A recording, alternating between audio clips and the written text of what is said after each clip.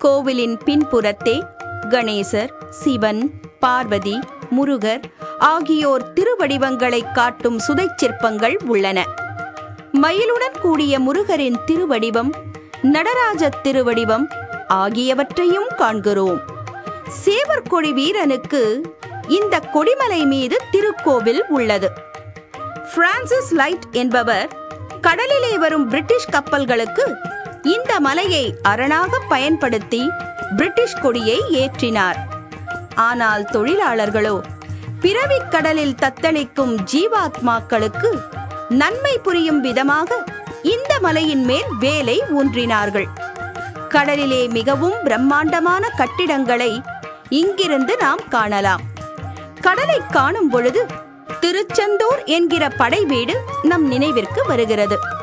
ஜீவாத்மாக்கள் பிறவிக் கடலை கடக்க அங்கே தோணிக்காரராக விளங்கும் ஸ்ரீ ஆறுமுகப் பெருமான் இங்கேயும் அவ்வாறாக உள்ளார். மலேசியாவின் அழகு தீவு பினாங். இத்தீவில் இருக்கின்ற அழகிய கொடிமலை மீது அமைந்துள்ளது ஸ்ரீ அருளொளி திருமுருகன் திருக்கோவில். இக்கோவிலை கட்டியவர் ஒரு தமிழர். மலேசிய மக்களால் NTS என்று அன்புடன் புகழப்படும் அருள் மாமணி திரு ஆறுமுகம் பிள்ளை எனும் பெருந்தகை அவர். மலேசிய தமிழர்களின் விடிவெள்ளியாக திகழ்ந்தவர் அவர். அந்த திரு ஆறுமுகம் பிள்ளை அவர்கள் இந்த மலேசியாவில் ஏராளமான தமிழ் கோவில்களை கட்டியும் பலவற்றிற்கு திருப்பணியும் செய்து திருவருள்களை சேர்த்து கொண்டார். தமிழ்நாட்டில் உருவாக்கப்பட்ட சிலைகளை கப்பலில் பாதுகாப்பாக எடுத்து வந்து இந்த உயரமான கொடிமலையில் அருளொளி திருமுருகன் ஆலயத்தை அமைத்தார் அவர். மலேசிய அரசின் சிறப்பு அனுமதியை பெற்று இவ்வளவு உயரமான மலையில் ஒரு கோவிலை உருவாக்குவது எளிதல்ல. ஆனால் மனித சக்தியை விட தெய்வ சக்தி மிகவும் பெரிதல்லவா? எல்லாம் வல்ல முருகப்பெருமானின் திருவருள்களால் திரு ஆறுமுகம் பிள்ளை அவர்கள் இந்த திருக்கோவிலை உருவாக்கினார்கள்.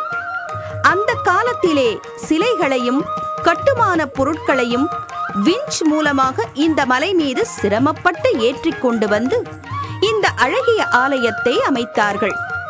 தமிழ்நாட்டில் குன்றக்குடி முருகனை அடிப்படையாக கொண்டு மூலவர் சிலை உருவாக்கப்பட்டது என்பதும் குறிப்பிடத்தகுந்த அம்சமாகும். அருள் மாமணி ஆறுமுகம் பிள்ளை அவர்கள் திருமுருக கிருபானந்த வாரியார் சுவாமிகள் உள்ளிட்ட ஆன்மீக பெரியோர்களை இக்கோவிலுக்கு அழைத்து வந்து ஆன்மீக சொற்பொழிவு ஆற்றச் செய்துள்ளார். மலேசியா நாட்டில் எண்ணற்ற திருப்பணிகளை செய்த அருள் மாமணி ஆறுமுகம் பிள்ளை அவர்களுக்கு நாம் என்றென்றும் நன்றி உள்ளவர்களாக விளங்க வேண்டும். இந்த கொடிமலை அருளொளி திருமுருகனை டாக்டர் திருமுருக கிருபானந்த வாரியார் சுவாமிகளும் குன்றக்குடி அடிகளார் போன்ற பெரியோர்களும் புகழ்ந்து துதித்துள்ளனர். நிறைய சுற்றுலா பயணிகள் வருகின்ற கொடிமலையில் அமைந்திருக்கிறது இந்த அருளொளி திருமுருகன் ஆலயம். அழகிய தீவு பினாங். இதற்கு மேலும் அழகு சேர்ப்பது கொடிமலை. அதனை மேன்மேலும் அழகாக்க அருளொளி திருமுருகன் உச்சியில் எழுந்தருளி இருக்கிறார். அவர் ஆன்மாக்களுக்கெல்லாம் அருள் அழகினை வழங்கிக் கொண்டே இருக்கிறார்.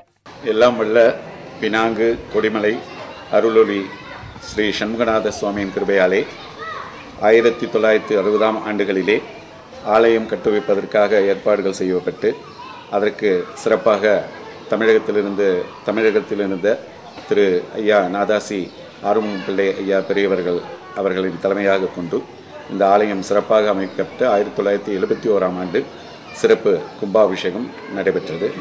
அதனைத் தொடர்ந்து எல்லாம் வல்ல இறைவனுக்கு சகல சிறப்புகளும் பூஜைகளும் சிறப்பாக நடந்து வரக்கூடிய கட்டத்தில் உள்ளது. எல்லாம் வல்ல ஸ்ரீ சண்முகநாத பெருமான் வள்ளி தெய்வ சேனா சமேதராக இந்த ஆலயத்திலே எழுந்தருளியிருக்கிறார்கள்.